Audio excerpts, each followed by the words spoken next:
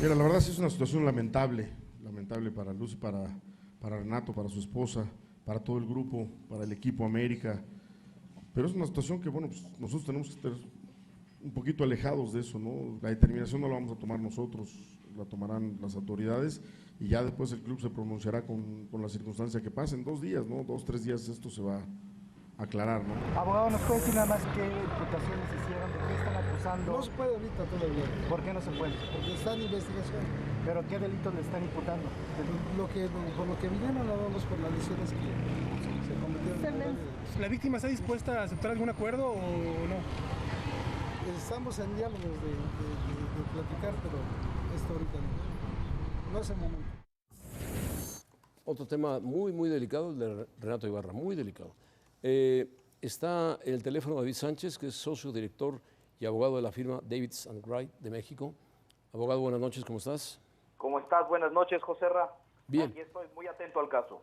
Muy atento al caso. Bueno, platícanos más o menos cómo va el caso. Me parece que es un caso sumamente delicado. Acabamos de hablar con los Pumas, que tienen otro caso diferente, pero el de Renato Ibarra es un caso muy delicado que está en la cárcel inclusive, está detenido, aunque sea en una cárcel preventiva, en el reclusorio, pero la mujer, la esposa de él, no ha dado el perdón que sabemos hasta ahora. Es correcto, José Ra. Y aquí yo te diría algo. La situación, la conducta, lo que este amigo realizó, híjole, lo hizo, no lo podía haber hecho en peor momento, tiempo y lugar. Además. Y lo voy a decir por qué.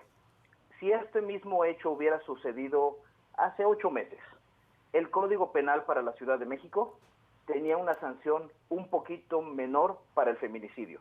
Pero en agosto del año pasado se llevó a la pena máxima, que puede llegar hasta los 70 años de prisión. No estoy perdiendo de vista que se trata de una tentativa.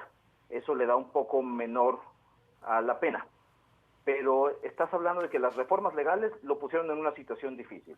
Llega la administración de la Cuarta Transformación, también modifica las reglas de la prisión preventiva, y entonces se vuelve un poquito más complicado que una persona pueda estar fuera de prisión durante las etapas de su juicio. Entonces, realmente se junta una cosa con la otra y el personaje, el jugador Renato Ibarra, se encuentra en un momento difícil porque se va a enfrentar a su audiencia inicial, en la que se va a decidir si lo vinculan o no a proceso, en el marco del Día Internacional de la Mujer, en el marco de la marcha histórica de las mujeres por los derechos de las mujeres.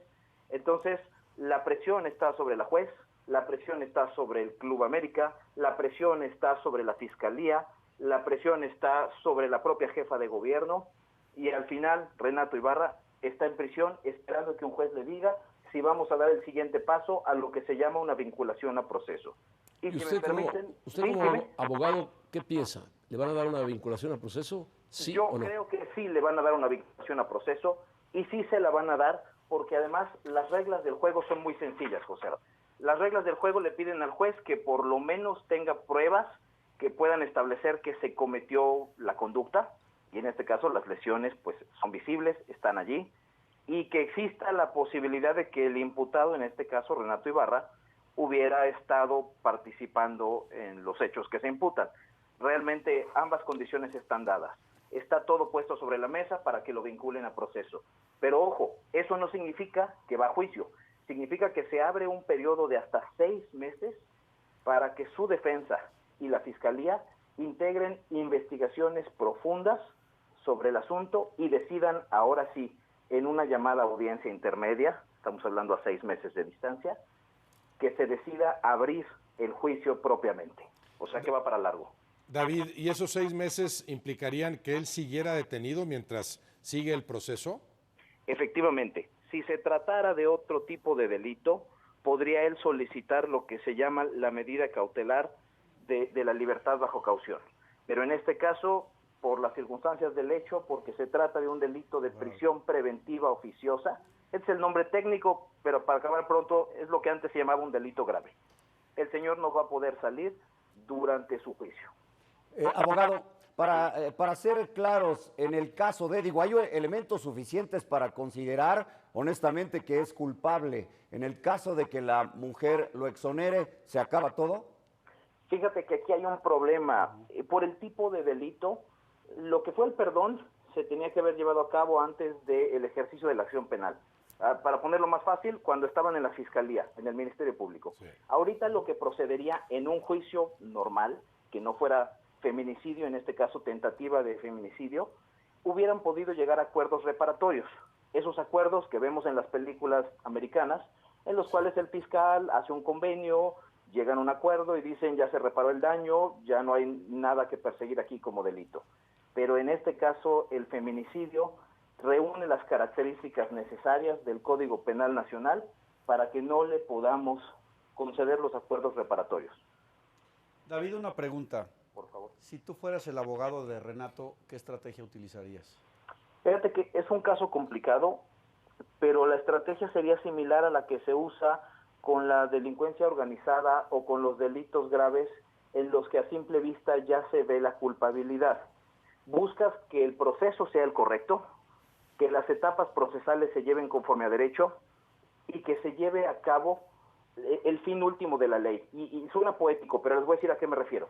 La ley busca sancionar una conducta. En este caso, si revisamos el feminicidio, habla de la idea de privar de la vida a una mujer por razones de género. La pregunta es, Renato Ibarra, ¿quería privar de la vida a su mujer y se le detuvo o se le suspendió en grado de tentativa? ¿O simplemente él estaba ejerciendo una violencia para causar lesiones? Si yo fuera su abogado defensor, y aclaro, no lo soy, y no me lo han pedido y no lo voy a hacer, pero lo que tienen que buscar es que se sancione la conducta. Entonces, si el señor no pretendía privar de la vida a su esposa, a la señorita Chala García, entonces lo que tenía que pasar es que se reclasificara el delito a unas lesiones graves, a una violencia familiar y a todo lo demás. Incluso se ha hablado de aborto porque la golpeó y pudo haber provocado la pérdida de la vida del feto. Sí, todo eso. Pero entonces una defensa adecuada es adecuar la sanción a la conducta realmente realizada. Y aceptar el caso, pero buscar la Ahora, abogado, condena, ¿no? Sí, correcto, a los dos. Sí, adelante. Sí, Faitelson, adelante. Abogado, una pregunta. ¿Cuál sería aquí el papel de la América? ¿Qué tendría que hacer el América, que es el empleador únicamente de Renato Ibarra, que tiene un contrato actual con el futbolista? ¿Qué es lo que tiene que hacer el América en esta situación? Fíjate que aquí hay dos obligaciones, una de carácter legal y otra de carácter moral. La de carácter legal que tenemos todas las personas, incluido el Club América como persona moral, es velar por los derechos humanos. Y en este caso es apoyar a su jugador para garantizar que tenga una defensa justa. Hasta allí. Eso puede implicar que se lo pague o no se lo pague, eso lo tendrá que decir el club.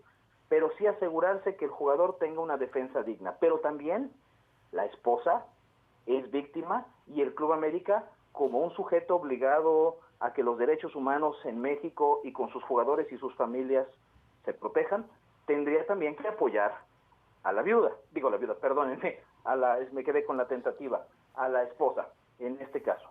Entonces, el club tendría que hacer eso, pero también, como un empleador, los empleadores cuando se rigen por la Ley Federal del Trabajo, y sabemos que este no es el caso, pero si fuera la Ley Federal del Trabajo, cuando sale la sentencia del juez que dice Renato Ibarra es culpable, puede rescindir la relación laboral sin responsabilidad alguna.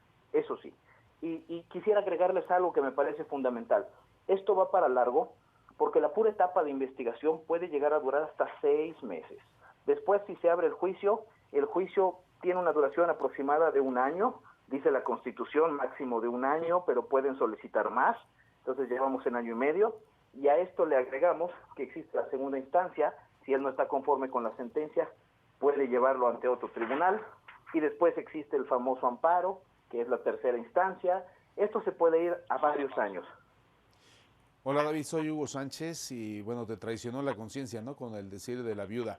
A ver, el abogado de la esposa que fue agredida contestó hace un momento que si están en diálogos de negociaciones con la posibilidad de llegar a un acuerdo, si llegaran a un acuerdo, ¿qué pasaría? ¿Sería un tiempo mínimo el que estuviese ahí no encarcelado, ¿cómo se llama? Preso, está detenido. Ok, Si hay una voy a- negociación, ¿cuál sería el mínimo tiempo que estaría ahí? Fíjate que no podría haber una negociación porque le están estableciendo lo que se llama concurso de delitos, es decir, el 2 por 1, 2 en 1. La violencia familiar, en la que sí podría venir el perdón, y el feminicidio en grado de tentativa, en el que no podría venir el perdón. Entonces, como los acuerdos reparatorios, lo que se conoce como dar el perdón en esta etapa, tienen que ser aprobados por el juez de control, el juez de control difícilmente va a autorizar esa libertad. Y para efecto de la pena mínima, déjenme darles el combo ganador, la trifecta en este caso de cómo podrían tener una sanción más pequeña. Primero, el feminicidio va de 35 a 70 años de prisión, pero como fue en grado de tentativa, es 1/3 de la mínima hasta 2/3 de la máxima, de 11.6 a 46 años de prisión. Si la persona fuera sancionada con la mínima de 11 años, y él a través de una figura que se llama procedimiento abreviado, reconoce toda su culpabilidad, como vemos en las películas,